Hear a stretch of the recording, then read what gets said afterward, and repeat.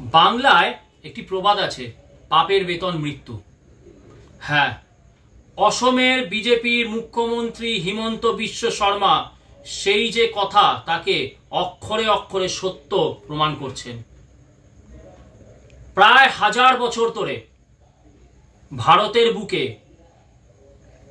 মরুদস্যুরা যে হিন্দুদের ওপরে অকথ্য অত্যাচার করেছে, হিন্দুদের জমি বলপূর্বক কেড়েছে, হিন্দুদেরকে তাদের জমি থেকে উচ্ছেদ করেছে, তার যে সেই যে পাপ, সেই পাপের বেতন যে মৃত্যু, আজকে সেই শাস্তি হিমন্ত বিশ্ব শর্মা ওই বাংলাদেশ থেকে আসা অনুপ্রবেশকারী জিহাদিদের দিচ্ছে, কড়ায় গন্ডায় দিচ্ছে। আগে ভিডিওটা দেখুন।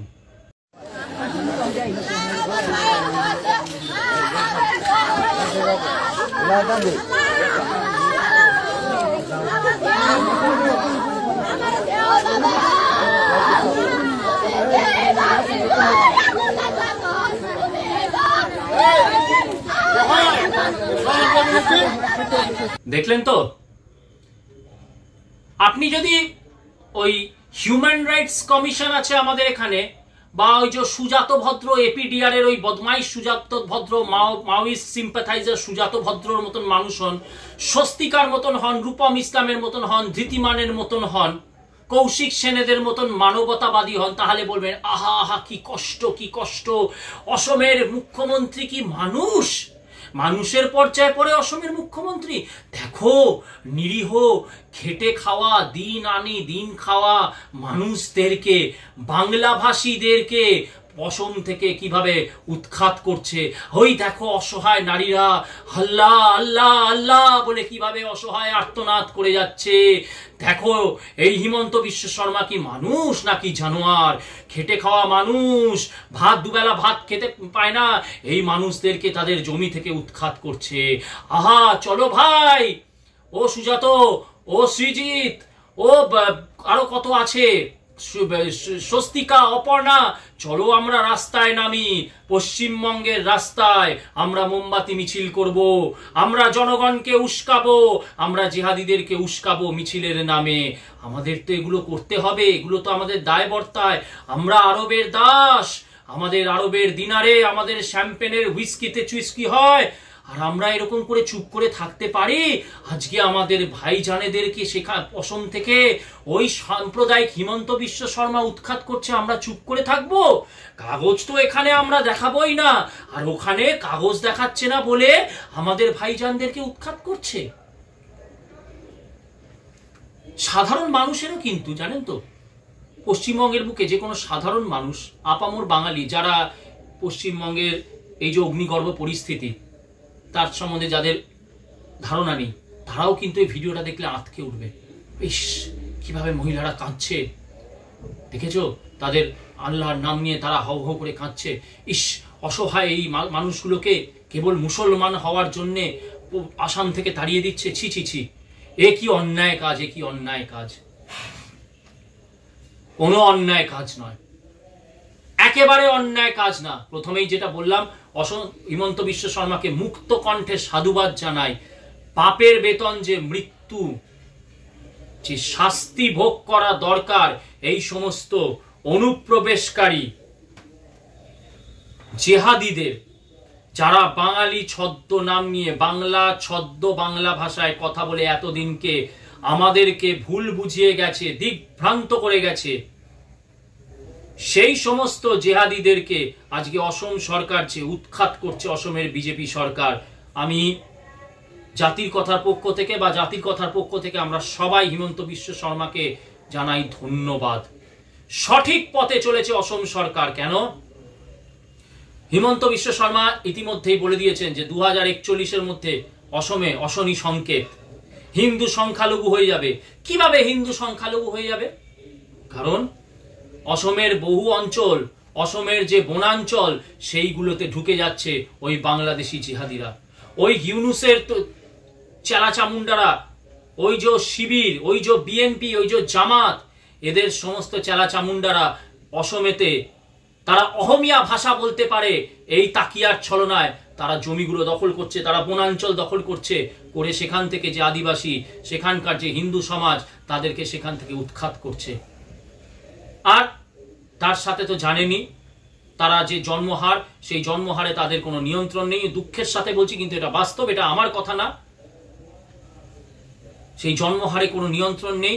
এইভাবেই 2041-এর মধ্যে অসম হিন্দুদের জন্য বসবাসযোগ্য আর একটা জায়গা থাকবে না। সেই জন্য হিমন্ত বিশ্ব শর্মা এই কঠিন পদক্ষেপ নিতে বাধ্য হয়েছে। আজকে আপনাদের খুব মনে হচ্ছে, আজকে সমস্ত বুদ্ধিজীবীরা এর বিরুদ্ধে ন্যাকা কান্না শুরু করেছে, যে দেখেছো মুসলমান হওয়ার জন্য দোষে, মুসলমান হওয়ার দোষে আজকে এই মানুষগুলোকে আসাম থেকে তাড়িয়ে দেওয়া হচ্ছে। ও সুজাত, ও সৃজিত, ও সুজাত ভদ্র, ও স্বস্তিকা, ও অপর্ণা, ও কৌশিক সেন, ও মন্দাক্রান্তা, আর্তনাদ কিন্তু উঠেছে। আজ 100 বছর ধরে অবিভক্ত ভারতে, এবং তারপরে যখন ভারত টুকরো টুকরো হয়েছে পাকিস্তানের বুকে, ইস্ট পাকিস্তানের বুকে, এবং 70-এর দশকের পরে বাংলাদেশে আর্তনাদ উঠেছে। বাবারা, তোরা একে একে যা, আমার মেয়েটারে একে একে গিয়া ধর্ষণ কর, সাপ নিতে পারবো না। বারবার প্রতিটা ভিডিওতেই এই কথাটা বলি।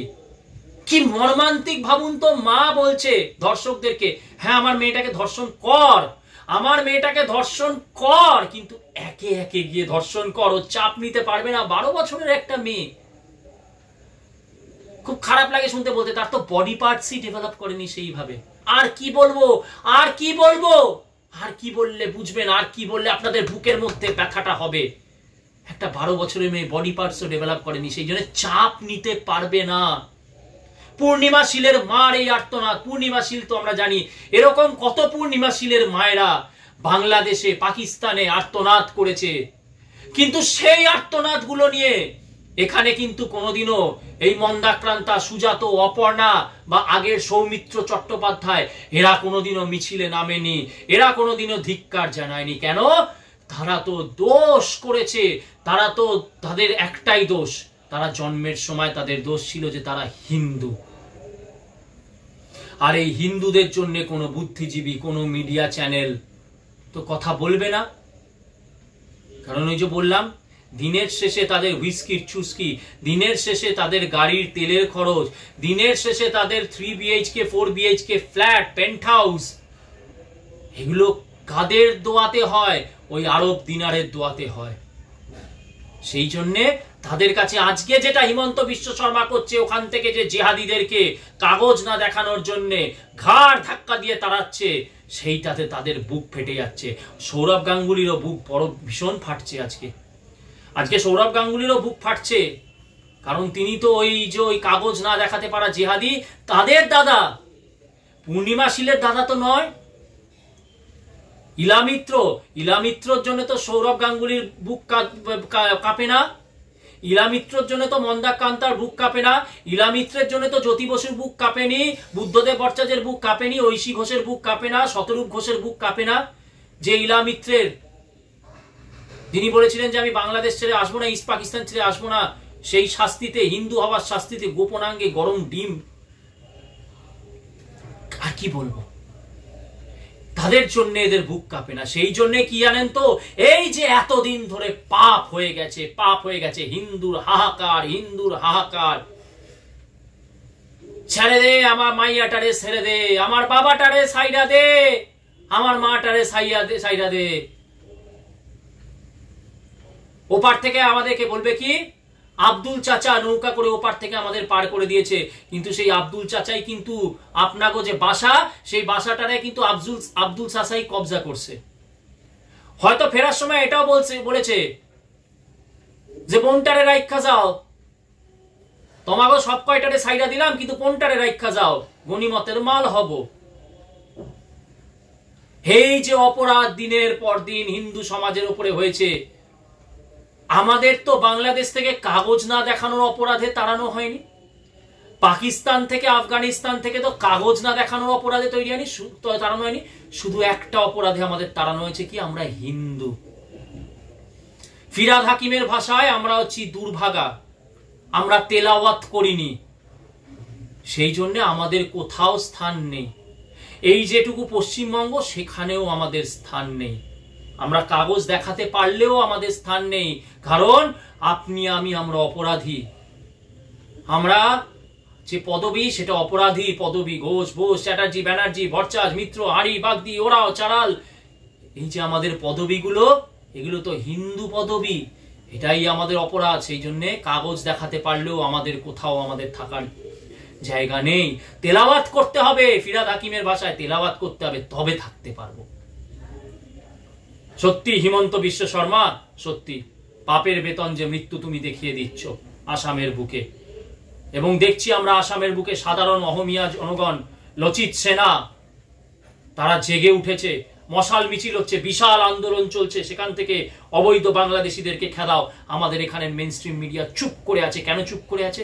যদি আমাদের এখানেও যদি আজকে এরকম করে সাধারণ এখানকার সনাতনী হিন্দুরা জেগে ওঠে, তারা যদি প্রতাপাদিত্য সেনার নামে, শশাঙ্ক সেনার নামে, গোপাল মুখার্জি, গোপাল সেনার নামে যদি রাস্তায় নেমে পড়ে, তারাও যদি বলে যে বাংলাদেশি জেহাদিদেরকে দূর হাঁটো পশ্চিমবঙ্গের বুক থেকে। এমনিতেই তো পশ্চিমবঙ্গ যখন তৈরি হয়েছিল এটা তো হিন্দুদের হোমল্যান্ড ছিল, সেই জন্য মেইন স্ট্রিম মিডিয়া বেমালুম চেপে যাচ্ছে এই ঘটনাগুলো। কিন্তু বলছি, যারা এই ভিডিওগুলো দেখছেন তারা এই ঘটনাগুলো শেয়ার করুন, মানুষ জানুক যে এক শ্রেণীর হিন্দু আমাদেরই পড়শি রাজ্যে তারা জেগে উঠেছে। তারা বলছে কি, এনাফ ইজ এনাফ, আর নেওয়া যাচ্ছে না। আজকে কত বড় পাপ, আজকে সত্যজিৎ রায়ের বাড়ি, ভারত সরকার বলছে আমরা টাকা দেব, বাংলাদেশকে তোমরা সংরক্ষণ করো, তারা বলছে দেব না। কেন? সত্যজিৎ রায় দিনের শেষে মালাউন, ঋত্বিক ঘটক, মহাশ্বেতা দেবী, মমতা বন্দ্যোপাধ্যায় বিশেষ অনুরাগিনী, সদা ধর্ম নিরপেক্ষতার পূজারী মহেশ্বেতা দেবী, আপনার বাড়িটাও থাকলো না। কেন? মহাশ্বেতা, আপনি হিন্দু, মালাউন বেটি। ঠিক যেরকম মন্দাক্রান্তা, স্বাগতা, এই স্বস্তিকা, অপর্ণা সেন, আরো যারা আছো, তোমরা যতই সেকুলারিজমের গুলি কপচাও, তোমরা যতই বলো কাগজ আমরা দেখাবো না, যেদিনকে পশ্চিমবঙ্গেও ইস্ট পাকিস্তানের মতন বা বাংলাদেশের মতন ভাইজানেরা 50% হয়ে যাবে, তাদের কাছে কিন্তু তোমরা মালাউন বেটিতেই পরিণত হবে, মালাউনের বাচ্চাতেই পরিণত হবে, একমাত্র যদি তোমরা তখন বাঁচতে পারো। বাঁচার উপায় কি? ফিরহাদ হাকিমের পায়ে ধরে যদি তোমরা তেলাওয়াত করতে পারো। মমতা বন্দ্যোপাধ্যায়, আপনিও কিন্তু মালাউন বেটি দিনের শেষে। হ্যাঁ, আপনি যদি তার আগে সমস্যা দেখে, যেমন হাসিনা পালিয়েছিল, আপনি পালাতে পারেন। হাসিনা ভারতে পালিয়েছে, আপনি হয়তো জানেন ভারতের অন্য রাজ্যে গেলে আপনার উপরে বিশাল রোষ নেমে আসবে, সেজন্য আপনি আমেরিকা পাঠাবেন বা লন্ডন, আপনি তো প্রায় লন্ডনে গিয়ে জগিং করতে ভালোবাসেন, তো আপনি লন্ডনে পালাবেন। থাকবো তো আমরা, মরতে তো হবে আমাদের। কিন্তু না, অসম সরকার জেগে উঠেছে, অসমের বিজেপি সরকার জেগে উঠেছে। এখানে আজকে বিশাল চেষ্টা হচ্ছে যে অবৈধ যে ভোটার, সেই ভোটারদের নাম যাতে বাদ নেওয়া যায়, সেই জন্য বিরাট লড়াই চলছে বাংলা ভাষার নামে। আমরা আগের দিনই বলেছি যে এদিকে বাংলা ভাষার নামে মমতা বন্দ্যোপাধ্যায় আন্দোলন করছে, ওদিকে মমতা বন্দ্যোপাধ্যায়ের সব থেকে বড় চাহানেওয়ালা যে আইপিএস অফিসাররা, রাজীব কুমার হিন্দিভাষী, মনোজ ভার্মা হিন্দিভাষী, সঞ্জীব গোয়েঙ্কা হিন্দিভাষী। দেখুন, এরা হিন্দিভাষী, এরা বাঙালি, বাংলার সাথে এদের কোনো শিকড় নেই, তাই এরা বাঙালি সেন্টিমেন্ট কেন বুঝবে? এদের কাছে বাঙালি যায় ভাড়বে, মাসের শেষে আমার মাইনেটা এলেই এলো, মাসের শেষে আমার প্রমোশনটা হলেই হলো। এবং অধিকাংশ রাজ্যের মুখ্যমন্ত্রীরা এটাই ভাবে। কিন্তু হিমন্ত বিশ্ব শর্মা পথ দেখাচ্ছে, অসমের জনগণ, লচিত সেনা পথ দেখাচ্ছে। এইভাবে আমাদেরকেও নামতে হবে। মশাল নিয়ে একমাত্র যাদবপুরী রাস্তায় নামতে পারে না হোক কলরব বলে, মশাল নিয়ে কেন? এবারে সময় এসেছে বন্ধু, এবারে সময় এসেছে মশাল নিয়ে আমাদের রাস্তায় নামার। যদি আজকে এই জেহাদিদেরকে চিহ্নিতকরণ না করতে দেয়, আমি আপনি জানি আমাদের পাড়ায় জেহাদি কারা। হিন্দু নাম নিয়ে লুকিয়ে থাকা, এই যে কিছুদিন আগে ঘোলাতে হয়ে গেল, হিন্দু নাম নিয়ে লুকিয়ে থাকা এক মহিলা, আসলে দেখা যাচ্ছে কি ইয়াসমিন খাতুন না সাবিনা খাতুন কি নাম।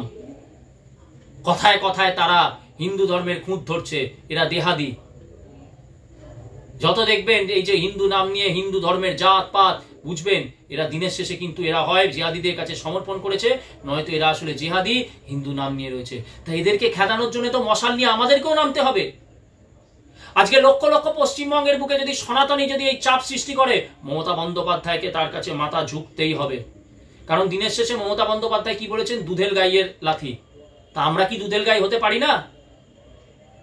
আজকে অরাজনৈতিকভাবে লক্ষ লক্ষ হিন্দু যদি রাস্তায় নেমে যায়, মমতা বন্দ্যোপাধ্যায় তখন আমাদেরকেই দুধেল গাই বলতে বাধ্য হবে। যাই হোক, এত অন্ধকারের মধ্যে আমাদের একটি গান আছে, অন্ধকার ভেঙে আজ নতুন সূর্য উঠছে।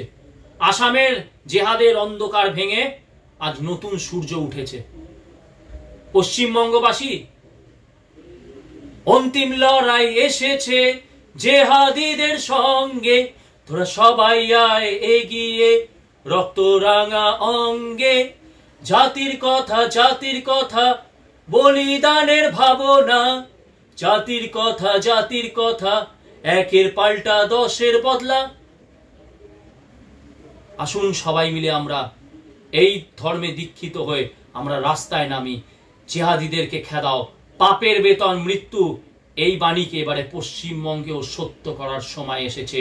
জয় মা কালী, জয় বঙ্গ, জয় শশাঙ্ক।